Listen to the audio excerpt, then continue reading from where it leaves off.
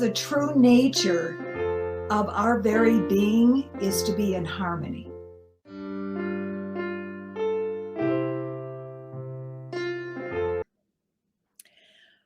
Welcome, everyone, to the Center for Spiritual Living, Boulder Valley.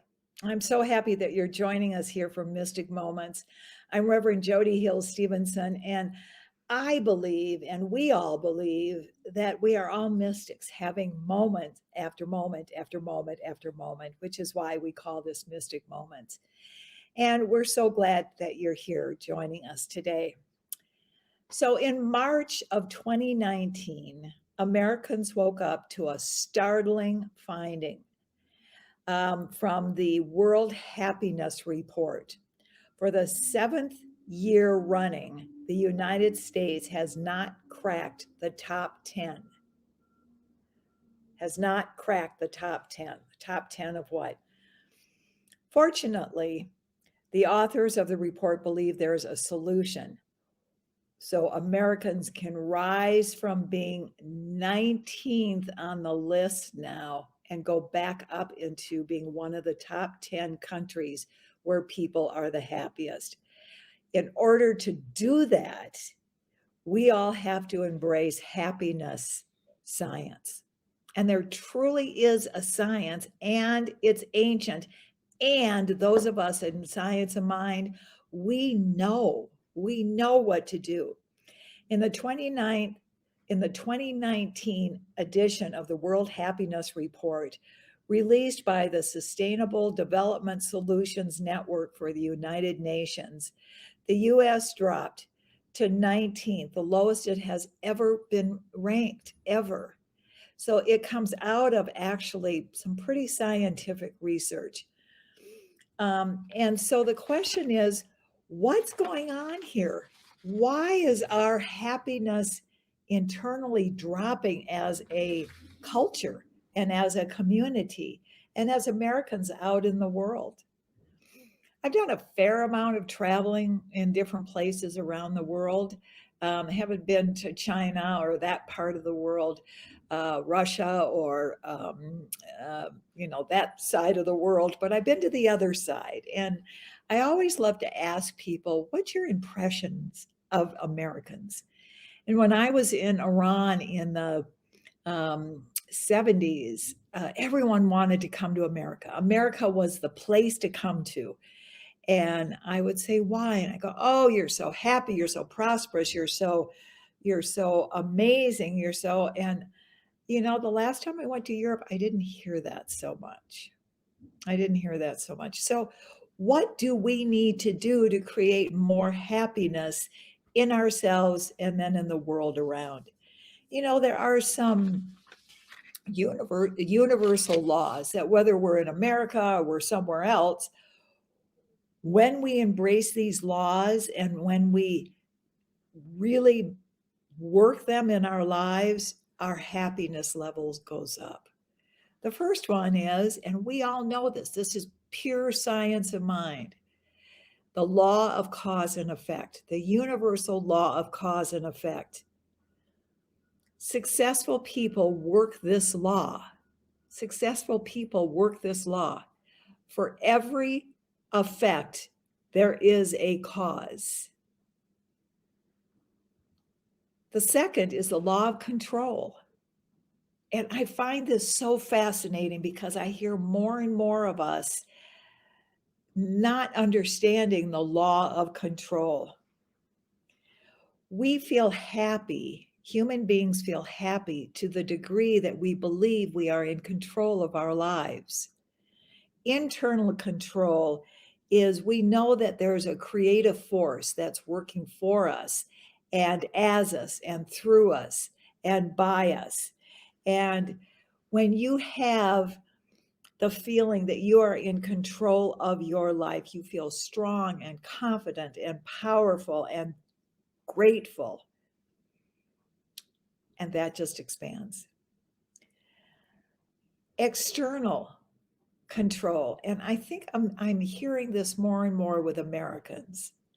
You feel like the control of your life is actually caused by other people outside of you. That your job, your boss, your childhood, your bills, your health, your family. There's a learned helplessness that doesn't serve us. It doesn't serve humanity. You feel helpless and unable to change and improve your situation. And that leads to anger and frustration and struggle. When we fully believe that we are in control and that it begins here and then it goes out. The law of expectations. I love this one because I expect life to be grand. We are here to be happy. We did not come to struggle. That's all made up. We are here to be, when we expect to be happy, amazing things happen.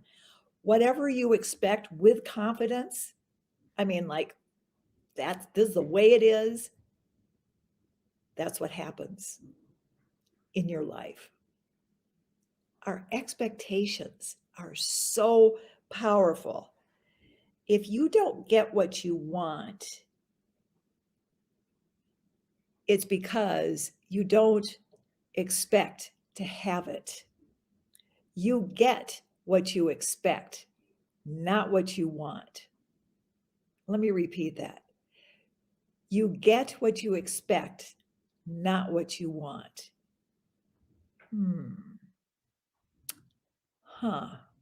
That's a pondering thought. And then the last one, well, the law of attraction. So much has been written about this, spoken about this, and this is such a core truth in the science of mind philosophy. You are a living magnet. You attract to you that which you most believe. And boy, this could be so humbling sometimes. In all the classes I've taught, when we talk about being responsible for our lives, that's the one thing that people don't want to hear. They're like, wait a minute, are you saying I caused this in my life? No, but you welcomed it through your beliefs. You welcomed it. You may not have caused. It all depends on how you hold it. But the wonderful news about that is you can change it. You can change it. I'm not talking theory on this one. I am not talking theory on this one. Successful, happy people continuously talk and think about what they want to attract in their lives. Unsuccessful people, especially around money, but that's a totally different subject. Unsuccessful people constantly and continuously talk about people and situations that cause them to feel angry and frustrated. It's like they love calamity and they don't feel like they have the power to be happy. You have the power to be happy. I have the power to be happy. I get life happens. Oh my God. Oh, lately I have been attracting huge trucks that go by me really fast and then they're honking and slamming on the trucks aren't, but the people are driving them. And I realized the other day, I keep seeing that and I need to stop seeing that. I need to stop attracting that. I don't need big trucks to cut me off and say whatever they're saying or doing whatever signs they might be. I don't need that. I can change that. I can change any financial struggle I think I may have. I can change my health. I can change the lack of harmony or the abundance of a harmony in my life. I can change. If I'm not living a purpose-driven life, I can change that, and so can you. The other night, I was asked to be the presenting minister at an ordination. And I can't tell you how honored I felt. It was for Reverend Jennifer Wild, who's been a major player in my life in the last 14 years. And I have to tell you, I was sitting there, I just felt so privileged. And I also realized I am now an elder of Science of Mind. I have been a minister for 35 years teaching Science of Mind principles. There is a truth in the principles and the laws of the universe that we teach and that we know and that we work in our lives every day. And so I'm sitting there on stage thinking about my life and how I got to that moment in time. And I thought, I am so grateful for knowing and being taught that my thoughts create my beliefs, my expectations, my attractions, my thoughts. I am responsible for what goes on here. And that's such good news. So join me in knowing that in 2023, America is going to be on the happiness list that the UN puts out. Lao Tzu, the great teacher of Taoism, wrote 81 verses on how to live a happy life. And scholars have dissected it and given so many opinions over the last 2,500 years. But every single person who has ever studied the Tao believes that in verse 25, he said, and he used the word great. So I want to give you an affirmation that I would highly recommend you say every morning and every night. I come from greatness. I allow greatness. I am greatness. Because you are. You are an individualized expression of greatness, and you can be happy about that. I sure am. Have a great day. Please donate to the Center for Spiritual Living Boulder Valley so that we can continue these programs. We're actually expanding on our online ministry. We're all very excited about it. You'll be hearing more about that. And please go tell that one in the mirror, oh, you are so great. Have a great week, everybody, and expect success and happiness.